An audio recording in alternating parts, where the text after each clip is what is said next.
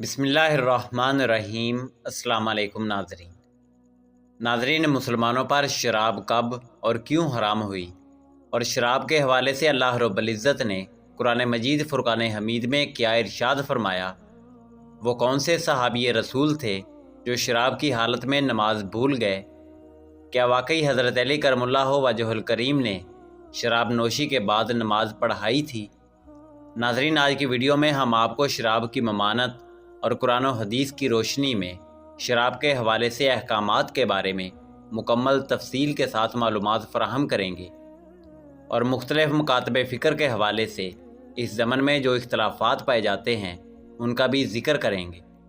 مگر ویڈیو میں آگے بڑھنے سے پہلے اگر آپ ہمارے چینل پر نئے ہیں تو برائے مہربانی ہمارا چینل info@ali سبسکرائب کریں، جہاں آپ کو بالخصوص اسلامک ہسٹری اور بالعموم دنیا بھر کی منفرد معلومات پر مبنی ویڈیوز ملتی رہیں گی۔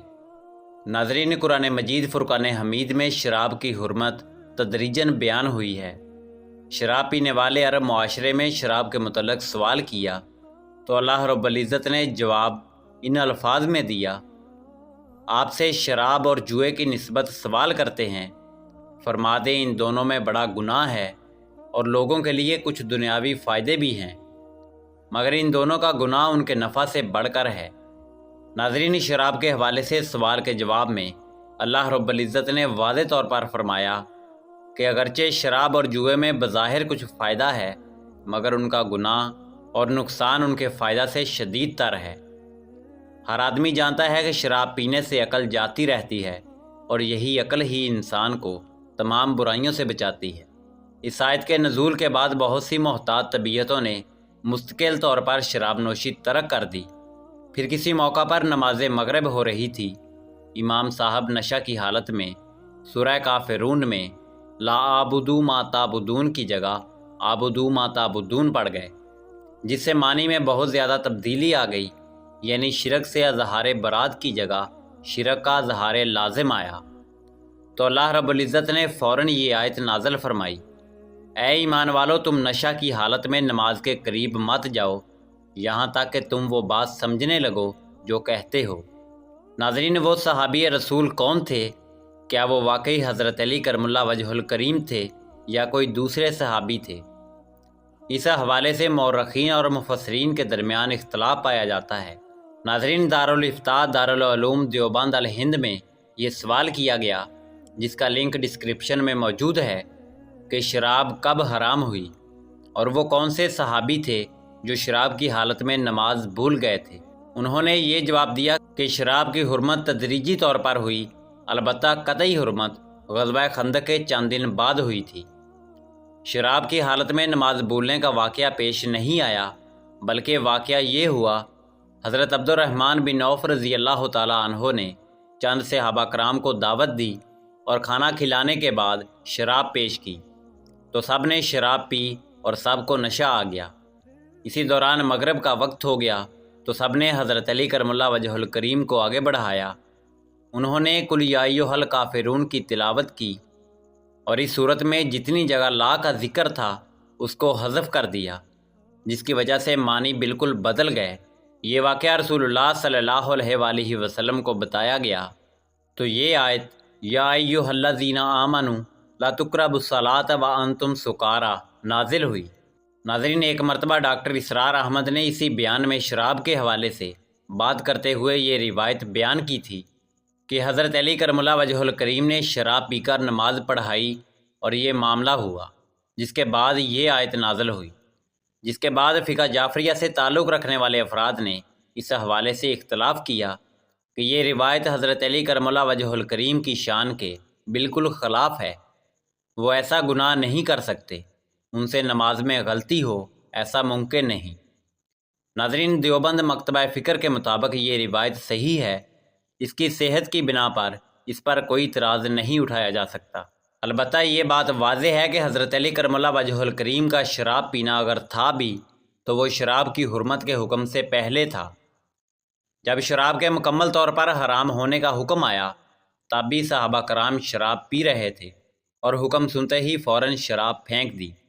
ناظرین، اس آیت سے بھی شراب کی ناپسندیدگی کا اظہار ہوتا ہے اس لیے یہ دوسرا حکم نازل ہونے کے بعد بہت سے حضرات صحابہ کرام رضوان اللہ تعالیٰ علیہ اجمعین نے شراب نوشی ترک کر دی، اور بہت سوں نے نماز عصر اور نماز مغرب کے بعد شراب پینا اس لیے چھوڑ دیا کہ ان نمازوں کے اوقات قریب قریب ہیں۔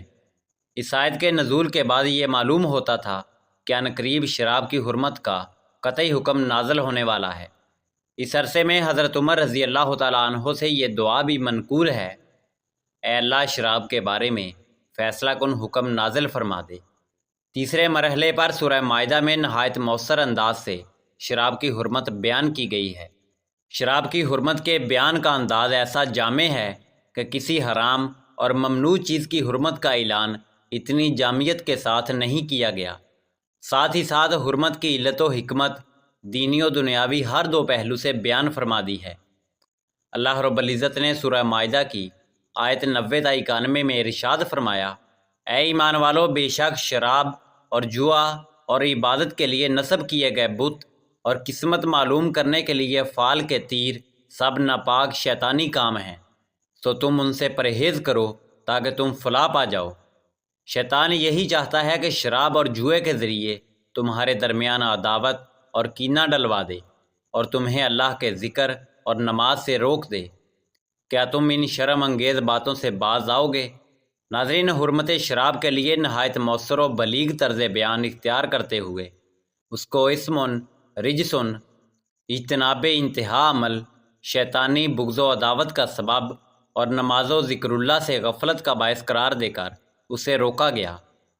احادیث مبارکہ سے اس حرمت کی مزید وضاحت یوں ہوتی ہے کہ حضرت ابن عمر رضی اللہ تعالیٰ عنہما بیان فرماتے ہیں، رسول اللہ صلی اللہ علیہ وآلہ وسلم نے ارشاد فرمایا، ہر نشہ آور چیز شراب ہے اور ہر نشہ آور چیز حرام ہے، اور جس شخص نے دنیا میں شراب پی وہ شراب کا عادی توبہ کیے بغیر مر گیا تو وہ آخرت میں شراب نہیں پیے گا، یعنی شرابی جنت کی شراب سے محروم رہے گا۔